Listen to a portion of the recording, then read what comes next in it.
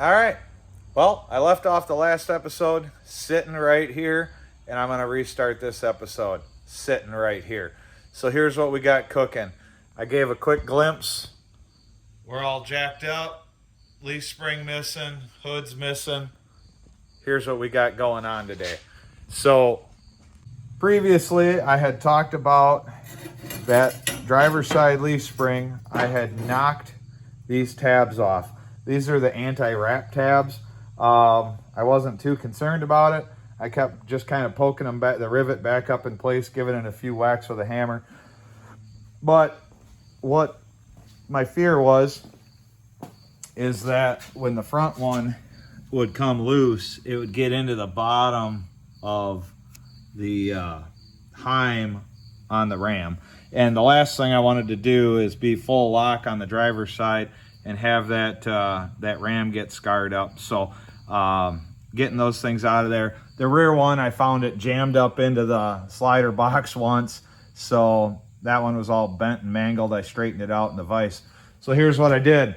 I was hoping to be able to pull one of my spares off the shelf and grab that leaf out of that pack.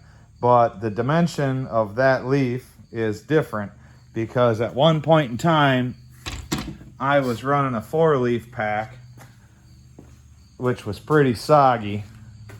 And now I'm running a 1, 2, 3, 4, 5-leaf pack.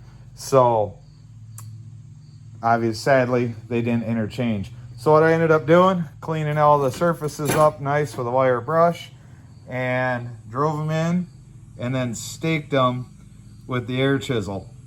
So both of those are staked back in place. Hopefully they ride. If they don't ride, I'll have to take this leaf to a spring shop after Missouri and have them, I don't know, stake some proper rivets in those things.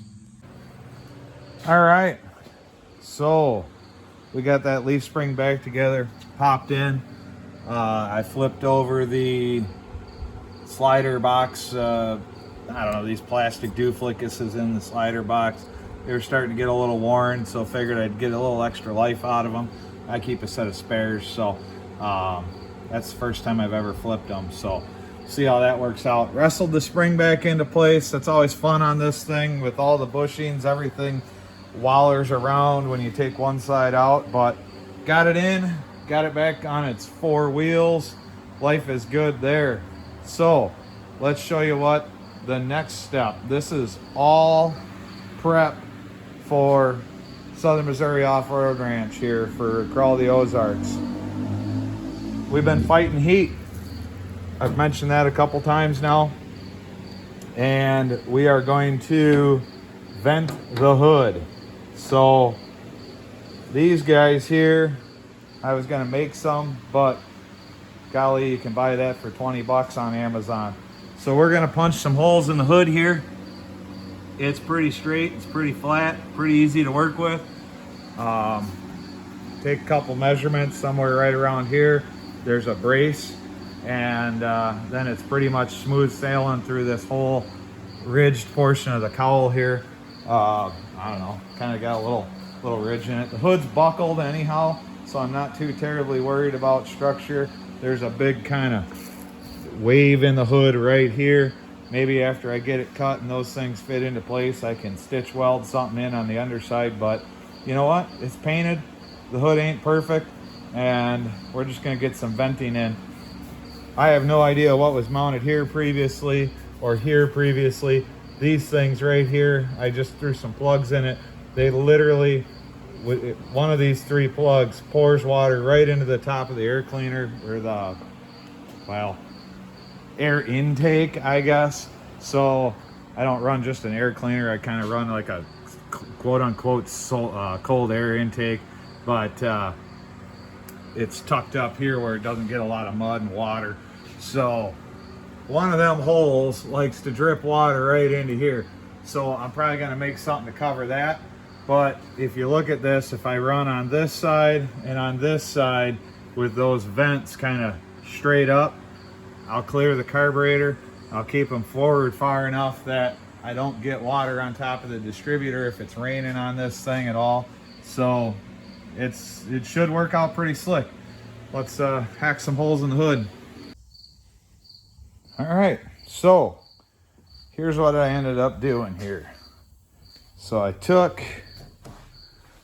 hold the line collar, took each of these guys, ended up flipping them upside down, and you take the one on the left, put it on the right, and the one on the right, put it on the left upside down. Trace the outside of this piece of plastic.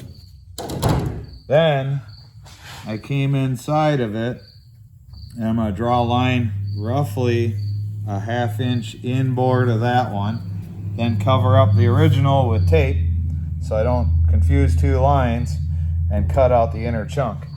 That allows this 1/2 inch lip to sit on top of the hood. So a little bit of slop in there, I'm good with that. And then I shove that guy all the way forward so it covers up all my ick. And I got nice coverage here in the back. Yeah, don't get on me. I know that's a crack point, but whatever. This is a cheap hood that is nothing fancy. So that gets taped and screwed down. So that's the one and done. I'm off to dinner with my mother-in-law for her birthday. Get back here tomorrow and knock out the other one and get the hood put back on this thing. All right, so the hood is back in place. Louvers are installed, and a quick fire up of the fans. That thing moves a ton of air here. So I'll show you what I did. So this cheap Chinese kit of Amazon hood louvers vents came with 5 screws each, so 10 total. Seems kind of stupid, but I used up, that's just what I had in the shop. I really don't have an arsenal of hardware here yet, so that'll be coming this winter. And I ran 2 down each side, and then 1 dead center in the very front here, just in case it caught wind on a trailer or something like that. It wouldn't try and peel the whole thing out. The screws are not a very good selection for this. I'm probably going to get some rivets, paint the heads black, pull the screws, drill the holes out, pop some rivets in it. But they're on, and this is pretty cool. I'm going to flip the fan on here in a second. Just to show how much air is blowing through this thing, I reach over and flip fans on.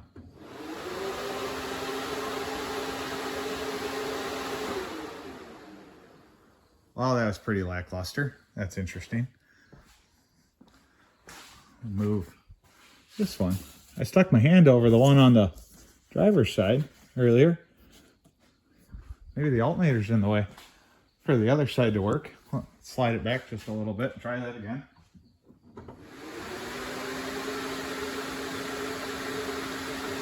Well,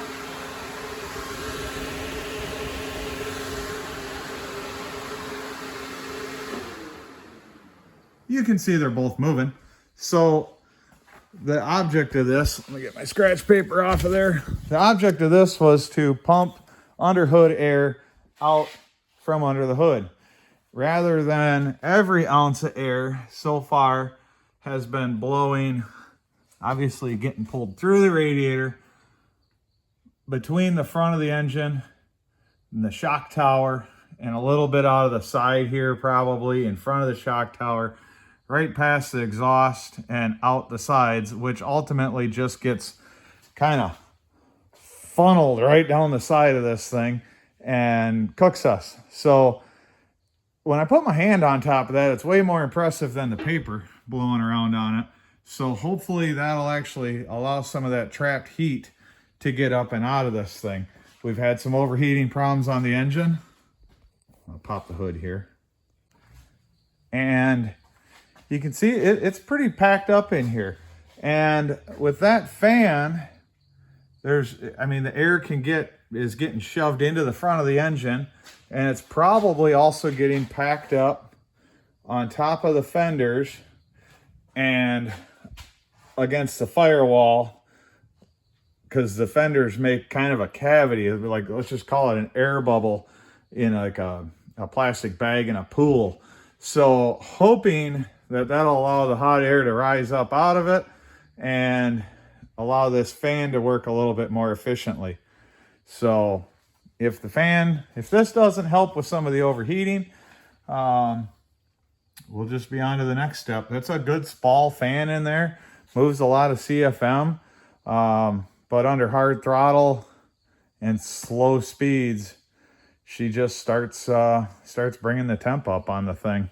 I've even gone so far as I do have a spare fan that I was kicking around putting right on the front of this thing for those 90-degree days. So I actually have it in the trailer, in the toolbox on the back of the camper, and I've got all the wiring to just literally hagger the thing into there in a pinch. So one of the last pieces of this cool down puzzle was perforating this rear panel. So hiding behind here, I've got the trans cooler. All right, so that trans cooler is blowing in against this panel, but it's got an air gap in there, and I assumed that that would be enough to blow the hot air out of the top and the bottom.